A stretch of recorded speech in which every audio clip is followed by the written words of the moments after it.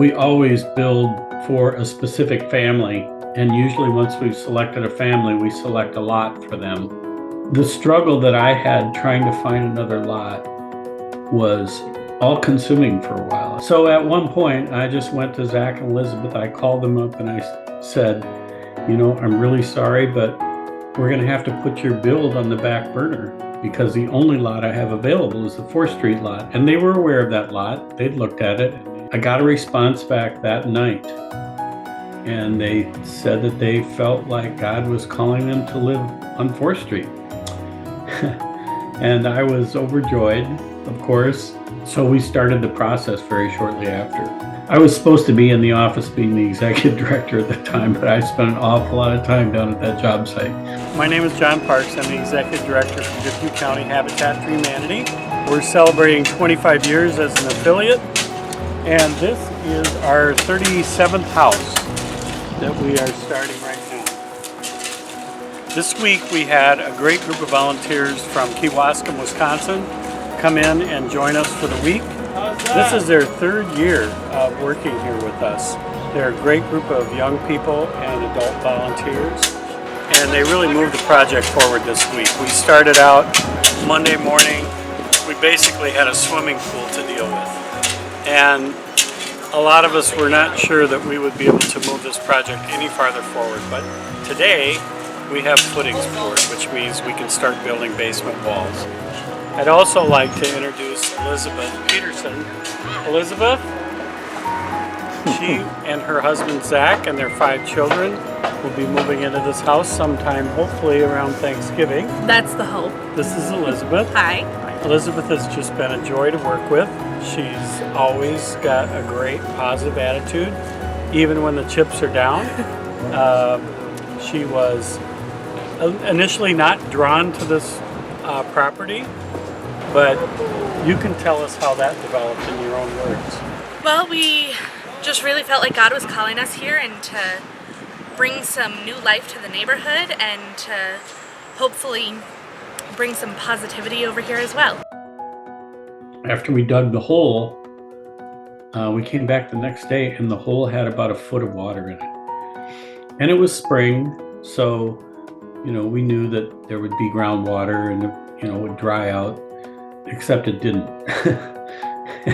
And we put pumps in there and we pumped the water out, and we'd come back the next day and it was full again. We struggled with that, and we had youth groups coming to town, but we were pretty concerned that we wouldn't have anything for the first church to do.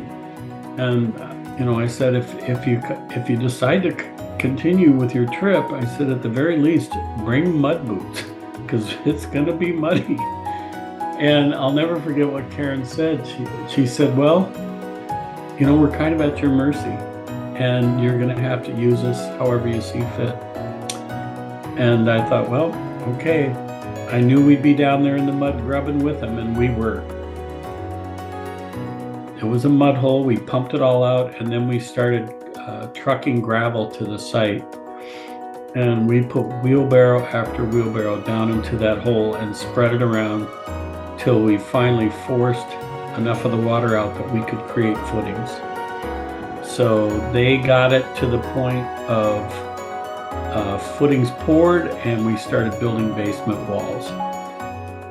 So that was the first stage and the first youth group. Then we had a second youth group come in, and that group basically framed the beginning of the house. He got it to the frame portion. I think he even got maybe trusses up on the house with that youth group. And then we had a third youth group come in from St. Louis, Missouri, and they were there 2 weeks. So the way we tell it is that basically that was a house that was built by youth groups. But there was also, at that time, there was a tremendous outpouring of support from the community.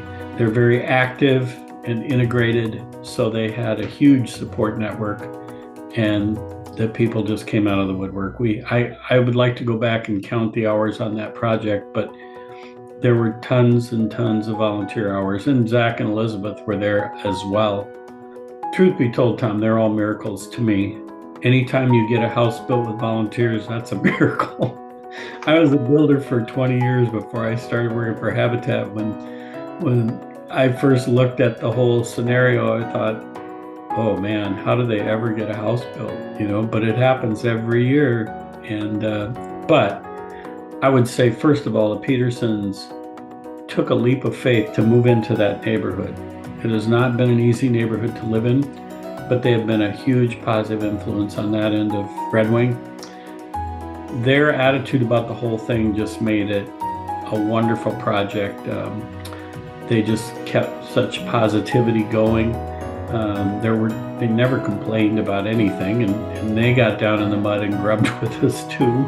I think the other thing that made it unique was just the struggle we had with water. We do have water problems often in the spring, when we go to build, but this one, it turns out the aquifer, there's groundwater in that area. Most of the basements in that area are not as deep as the Petersons' basement. So we had to work overtime to waterproof that thing and to get the water pumped out.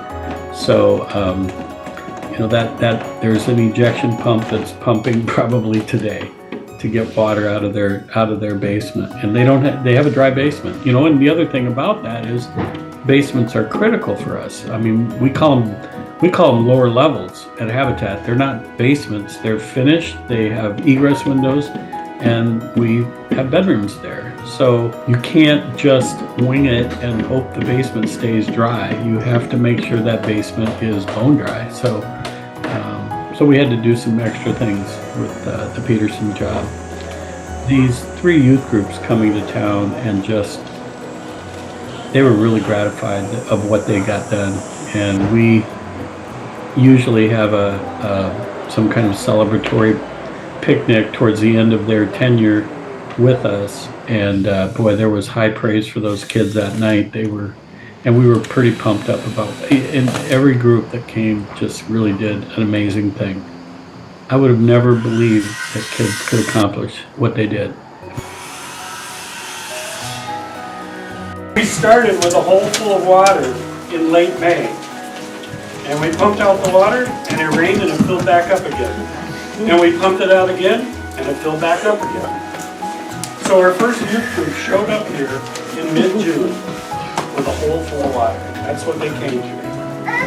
And by the end of July, two youth groups later, we had the foundation, the frame of the house, and the garage built. It was nothing short of miraculous.